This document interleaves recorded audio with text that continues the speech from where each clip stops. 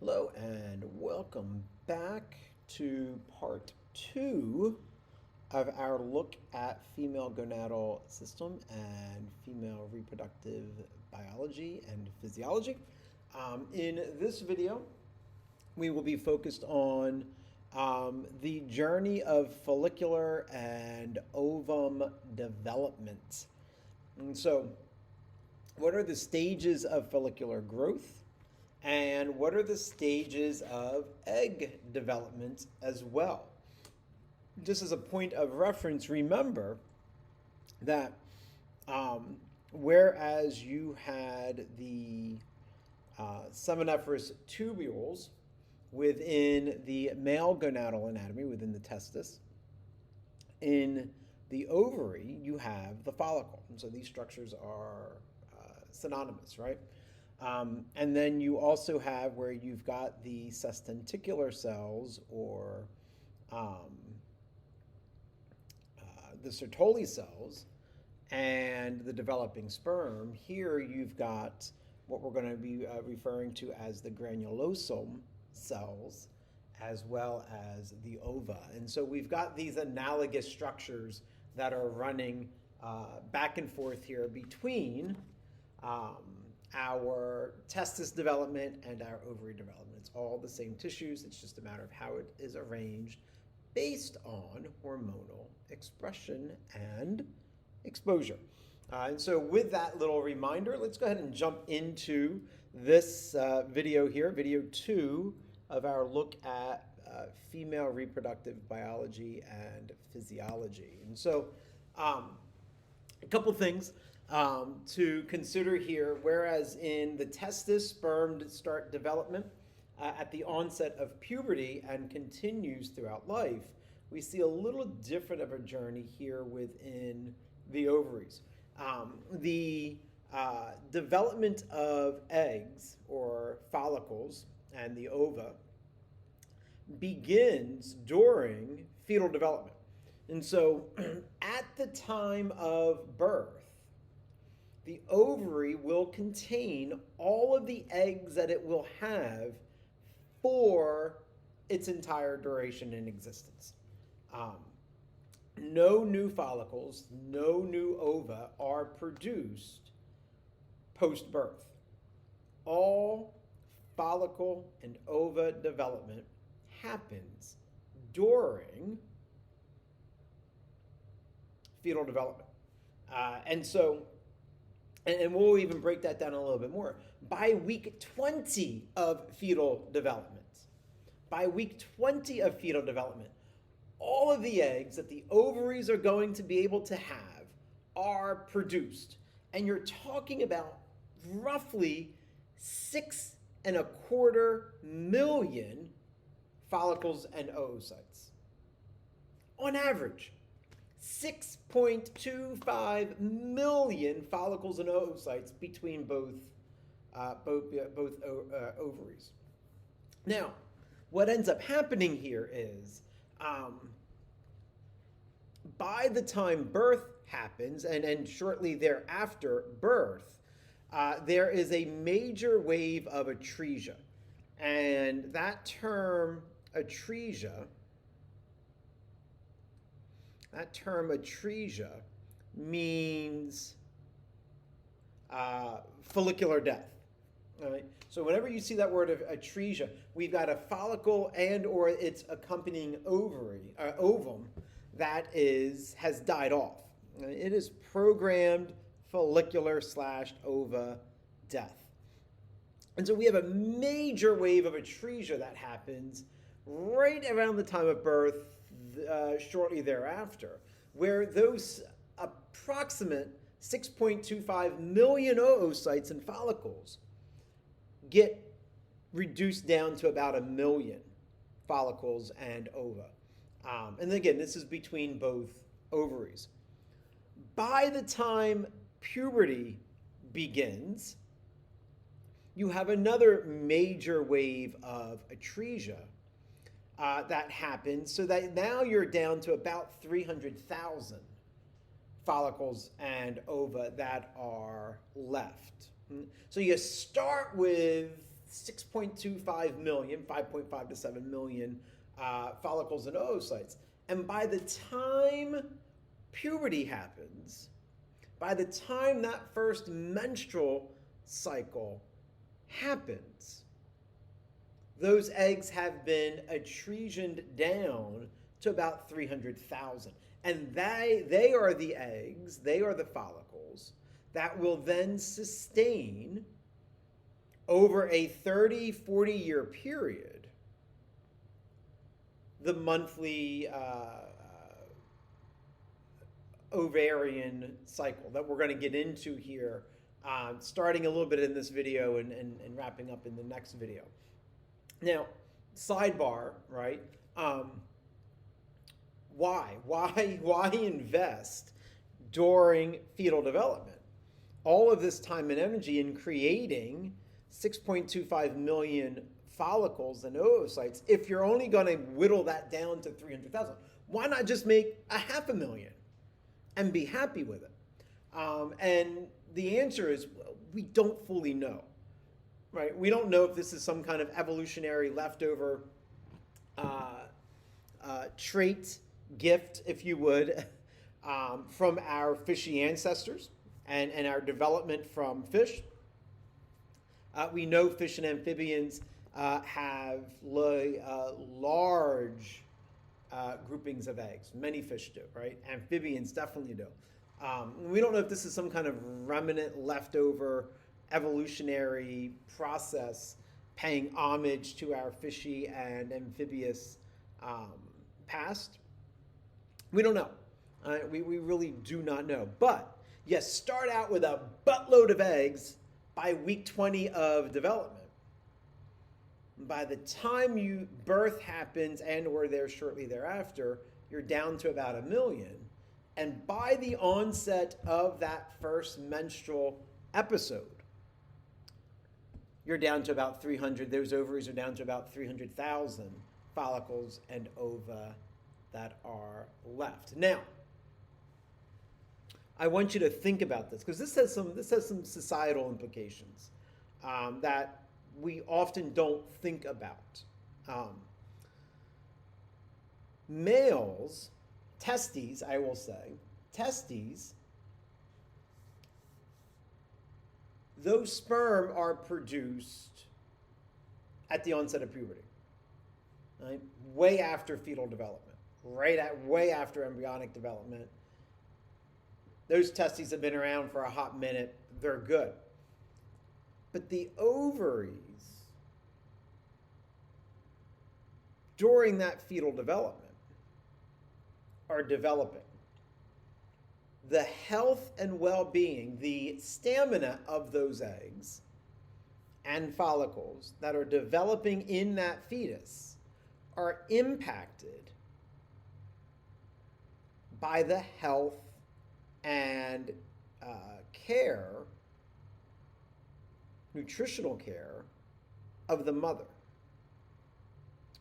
So the health and well-being of the mother impacts the fetus that is developing and the eggs within the ovaries that will become the third generation. Let that sink in. 3 generations of humans are impacted each time pregnancy happens. And it goes back to the overall health and well-being of what would be the grandmother.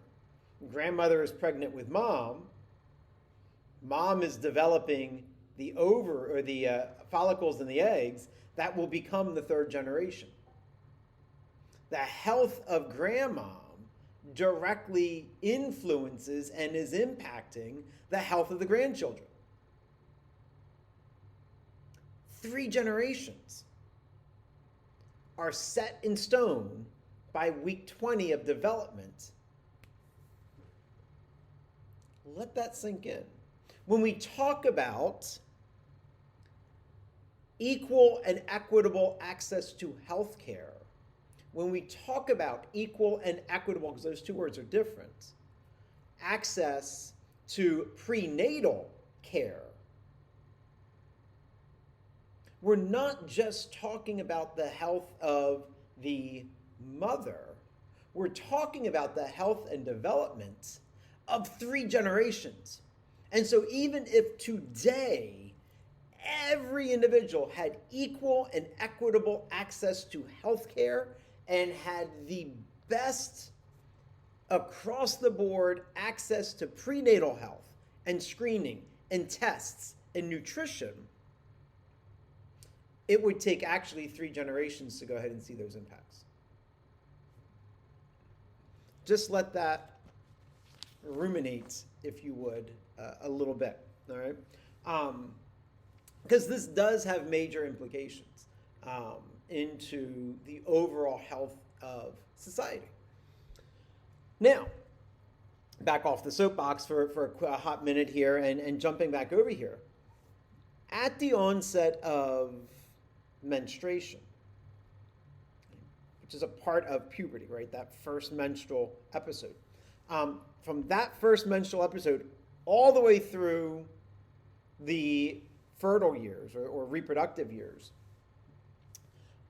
every time those ovaries go through an ovarian cycle of development, those ovaries are recruiting 20 to 30 follicles to kind of compete, but also support one another in lifting up one of those follicles to develop the egg that will be ovulated. So in order to get one ovulatory egg, we're recruiting 20 to 30 of those follicles to go ahead and do that. And so if you calculate that out, right, onset of the first menstrual cycle happening around somewhere between 12 and 14, with the average cycle happening about once every month and a half. You calculate that out up until about the age of 45, and now you can see why those 300,000 eggs are fairly important. Right? If every cycle, you have about 10 cycles a year, are relying on 20 to 30 eggs, that's about 300 to 350 eggs a year, or follicles a year. And you multiply that by, let's say 12 to 22 to 32 to 42, let's say 35 years, and all of a sudden you're at around that 300,000 mark for those follicles that are there. So just some things to chew on as we look at this, right? So process of oogenesis happens in really 2 stages when we talk about oogenesis. We have to consider both follicular development. We have to consider both follicular development, and the follicular development is going to then lead into the meiotic events that are going to drive the development of the oocyte. So you've got 2 separate processes that have to happen, the follicular process impacting the process of oogenesis. And so big differences here, right, than what we were seeing within the testis and sperm production. And keep in mind, all of these follicles and all of these oocytes or ova were all produced by week 20 of fetal development. A couple other things I want to draw your attention to here, because fascinating story with this, right? A lot more complexity here than what we saw within the testis and sperm. And so you'll notice here on this diagram, you have what we call the primordial follicle, right? And these primordial follicles have granulosa cells. These granulosa cells are going to become the cells that will support the development of the oocyte. So follicle has to mature first or develop first to be able to go ahead and support the development of the oocyte. And so we start moving through these phases: the primordial follicle, the primary follicle, the secondary follicle, and there's one other follicle after this that we'll look at on the next slide. But you see this progression, right? Before birth, everything is at the primordial follicle, right? It is after birth that we've got these developments and movements through the primordial, primary, secondary follicle. And then the antral follicle, or what we call tertiary follicle, is the one that's missing here. And we'll get into that. And so development of the follicle here is going to support and drive the development of the oocyte over here. Here's what I want you to pay attention to the most. At the time of birth,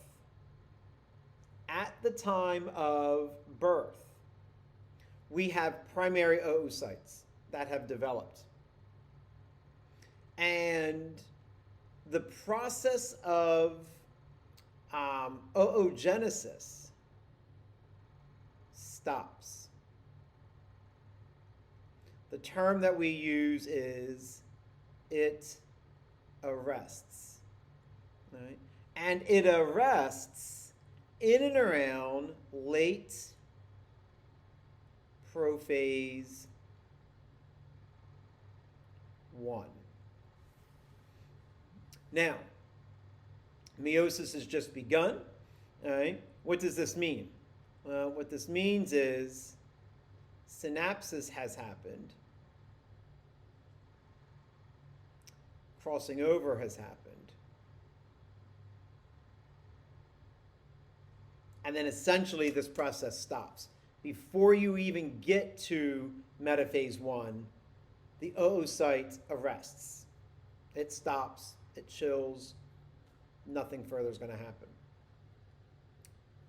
It is then later in development, later in that individual's life, that meiosis will kick back up again. And essentially, it's once we get out of this primary oocyte stage and we move into what we call a secondary oocyte. And so to better understand that, let me pull in this next piece here, because you can see at the onset of puberty, as we are corralling those 20 or 30 follicles, those primary oocytes that were arrested at the time of birth begin to go ahead and essentially finish out meiosis 1. Right? And at the end of meiosis 1, you get a secondary oocyte.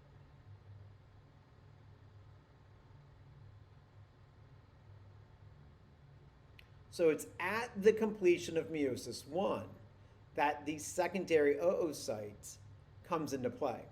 And you get this polar body. This polar body is essentially a non-functioning ovum. And we'll get into that a little bit more as we start moving through some of the content here. Right? Then what will happen is ovulation occurs. All right? Now, what's interesting here is this secondary oocyte engages in prophase 2 and metaphase 2, but then stops again.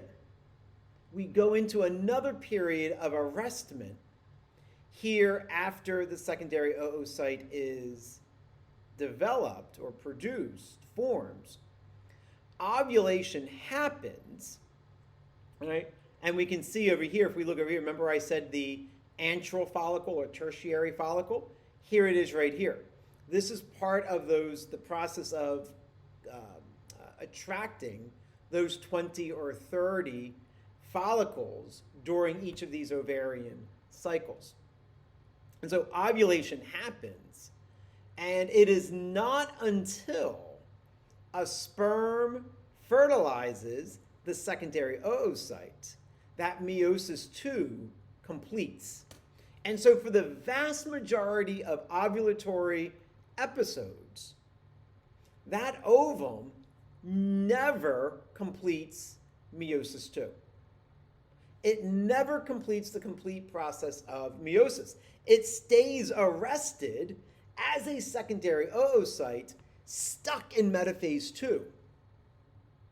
It needs the fertilization by the sperm to activate and stimulate biochemically, physiologically, the remaining process of meiosis 2.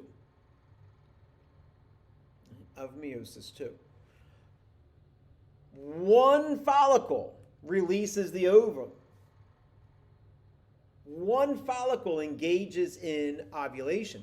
Those other 19 to 29 follicles all experience atresia.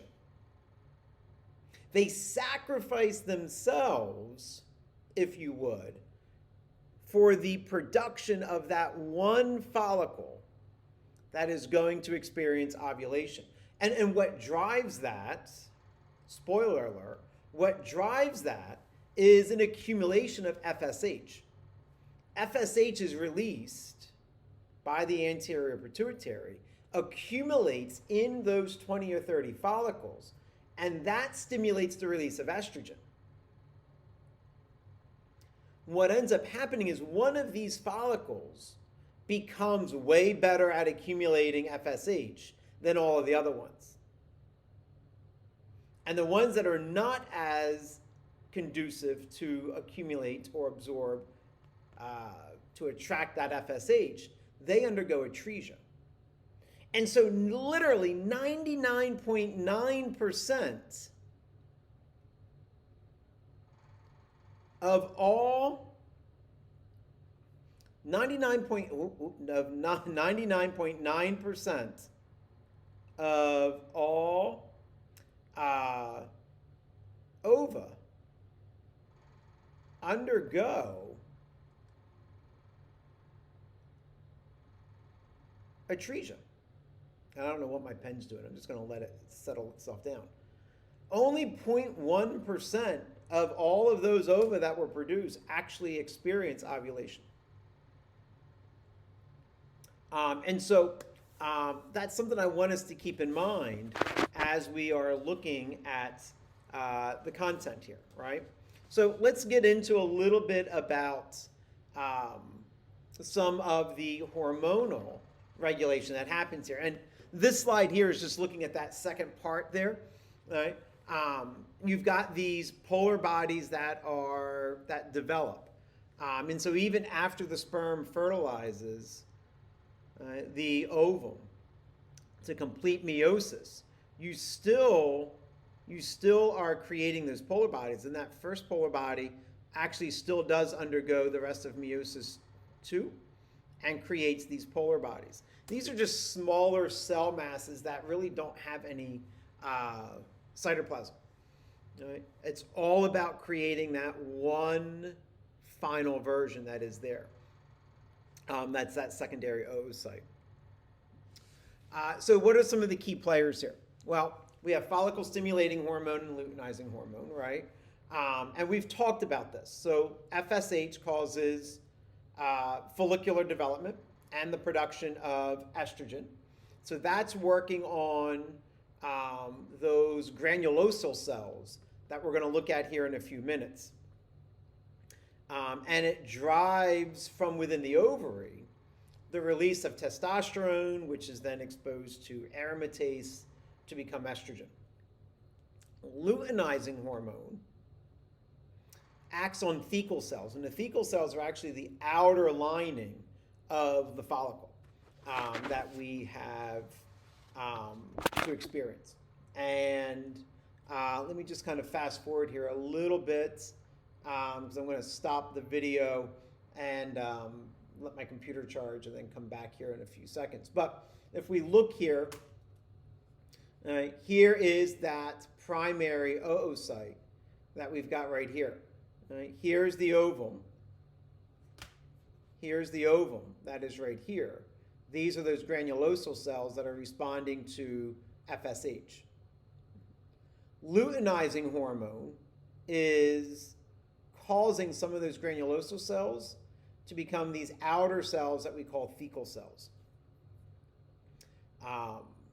And the thecal cells have the ability to self-cleave, if you would, testosterone into estrogen. They just have that ability to go ahead and self-cleave. And so you can see that these granulosa cells start dividing as FSH accumulates more and more in there. And the thecal cells are developing on the outside. And you see that those granulosa cells continue to divide and add layer after layer after layer. And all of these granulosa cells are all about supporting the development of that ovum that you see there. And so I'm going to stop the video here and allow you some time to, again, digest this information. And then we're going to come back and jump in and look at a little bit more of some of the processes that are happening here under some reproductive biology. And we're actually going to get into more of the ovarian and uterine cycles. And so go back in, check out this video, let me know if you have any questions, and I'll catch you on the flip side.